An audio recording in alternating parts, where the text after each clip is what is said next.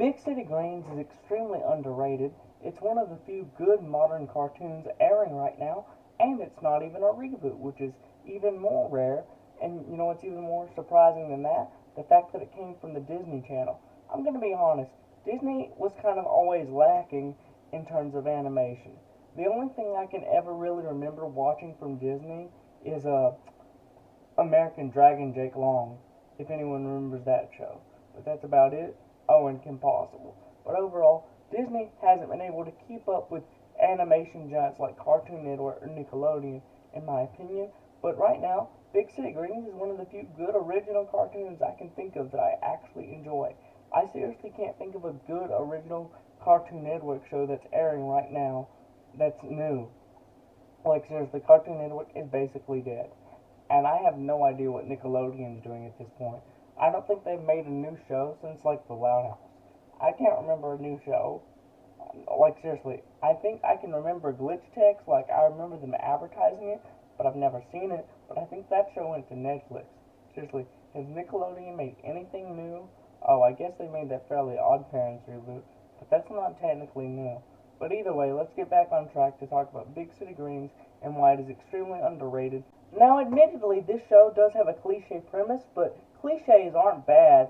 You just have to use them effectively, because any tool in storytelling can be used wrong or right, and I'm tired of people thinking that just because a certain tool is in a show, that makes it bad, because at the end of the day, they're just writing stories, and it's how you use the tools, not the tools themselves. But anyway, the plot of Big City Greens is a bunch of country folk move to the big city, and it causes a bunch of hijinks. Again, like I said, a very cliche premise, very reminiscent of the Beverly Hillbillies, but it's still different enough to be enjoyable. And now I'm going to go over the cast of characters, since this show is very underrated and not many people have seen it. Although it is doing good enough on Disney Channel to get 4 seasons right now, which is good. I'm glad this show is getting 4 seasons because it's one of the few shows I'll actually watch. You have you have Cricket Green, the troublemaking 10-year-old boy who always causes trouble. You have Tilly, his sweet little sister who loves animals. You have Bill Green, the father. Oh, one thing I want to say about Bill Green is that I'm glad he's not the dumb dad type and that he's portrayed as a normal dad. I am so sick of seeing the dumb dad trope in animation. I mean, sure, Bill can get a little awkward and nervous, but he's not dumb. And if they're going to do the whole awkward dad trope, I would prefer that over the dumb dad trope. So I'm glad to see a good, normal dad. And then you have the grandma, who is just, well, she's extremely violent, like literally. She's the best character in the show. I'm just going to say that now. She's hilarious. And she's my spirit animal, because she just does with everybody. And I relate to that a lot. And overall, the cast of characters is very simple, but they're enjoyable. Again, these characters aren't really deep, but they're enjoyable. And again, that's something else I want to point out. A lot of people think that you need deep characters to make something good, but no. All you need is simple archetypes that work really well. I mean, seriously, not every character has to have the deepest backstory. They can be simple and still be really effective. But overall, that's the main cast of characters. Now, I want to get to talking more in depth. Like I was saying, I want to talk more in depth about the characters, specifically the characters' relationships with one another. I specifically want to highlight Tilly Green and Cricket Green's relationship. They're brother and sister, but they don't have the typical brother-sister relationship that you would expect from a cartoon. They have a very sweet, caring relationship, and it's nice to see in a cartoon, because most of the time in these types of shows we see the brother causes trouble, sister gets mad, or sister causes trouble, brother gets mad. But here, we have a really sweet relationship, and I love it. It's really good to see that in cartoons, and I hope we get to see more of that in other cartoons, because they just have a really fun, sweet relationship with Tilly trying to mentor him. I mean, sure, they do argue in the show, and there's sometimes where they don't get along, but most of the time they get along, which I'm really glad they do, because it makes much more entertaining than them just arguing like for 50 seconds.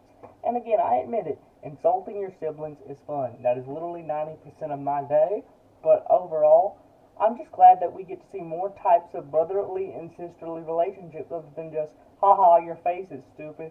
No, it's not, retard. Anyway, I hope we get to see more of this type of stuff in future cartoons. Am I the only one that feels this way about this particular brother and sister relationship? Because it feels really refreshing to see an actual brother and sister that seem to love each other.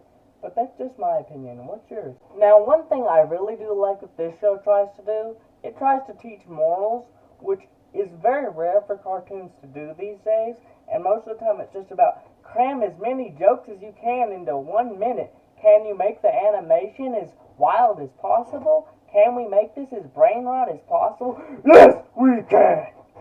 But overall, this show actually tries to teach morals, which I'm glad about. Again, some of the episodes where they try to teach morals, it doesn't land well. But there are quite a few episodes where it teaches morals, and it does land well. And I'm really glad to see a show out there trying to teach some morals. Even if they are really basic morals, I appreciate them. And again, I want to make it clear, there are a few shows out these days for like preschool children that try to teach morals, but I'm not seeing very many shows that try to teach morals that are above preschool age. I mean, I can think of a few that are currently out right now, but not very many, and I've noticed that morals are taught less and less, and it's mainly about random gag law humor. So again, I'm not saying that there's no shows that try to teach morals, I'm just saying it feels like it's becoming less and less and a thing of the past. So again, before someone jumps down my throat, I just wanted to make that clarification. Oh, and another thing I really like about this show is that Bill Green, the father, he's divorced from Tilly and Cricket's mother, but they have a positive relationship, and it shows that you can have a positive relationship and be a good co-parent, and I think that's something that needs to be taught in other TV shows, especially these days, since the divorce rates are higher than ever before. So I'm really glad to see that getting some representation. See, that's the good kind of representation, not your 50th gay character. Seriously, Disney, if you're going to put representation in your shows, put things that actually need representation into shows. Thank you, Disney, for actually putting in some good representation for once in your deadgum life. Thank you. And I'll be honest, I don't really have a segue for this. I just really wanted to point this out.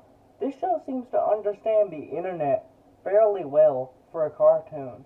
And by that I mean, there's a lot of shows that try to tackle the internet these days, but it's like they've never been on the internet in their life.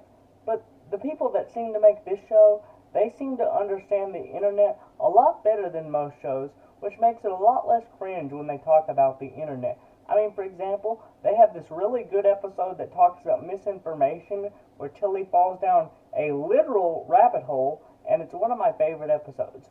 I might do a solo review on that episode one day, but this video is just a review of the series overall, not a specific episode.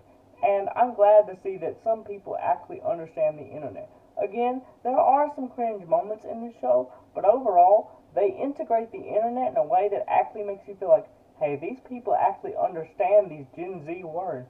Like, it's one of the few shows that says Gen Z slang, and it doesn't feel like super cringe. Again, there are some moments where I do kind of cringe, but there are some moments where they do say Gen Z slang, and I laugh. So, yeah, I'm really proud that this show seems to understand Gen Z culture a lot more than most shows out right now. Also, something else I want to point out, I really like the character of Gloria. She's basically your typical Gen Z female archetype, or at least what a Gen Z girl would be like now, and I relate to her a lot. Overall, it's enjoyable, but that's all I have to say. I recommend that you check it out.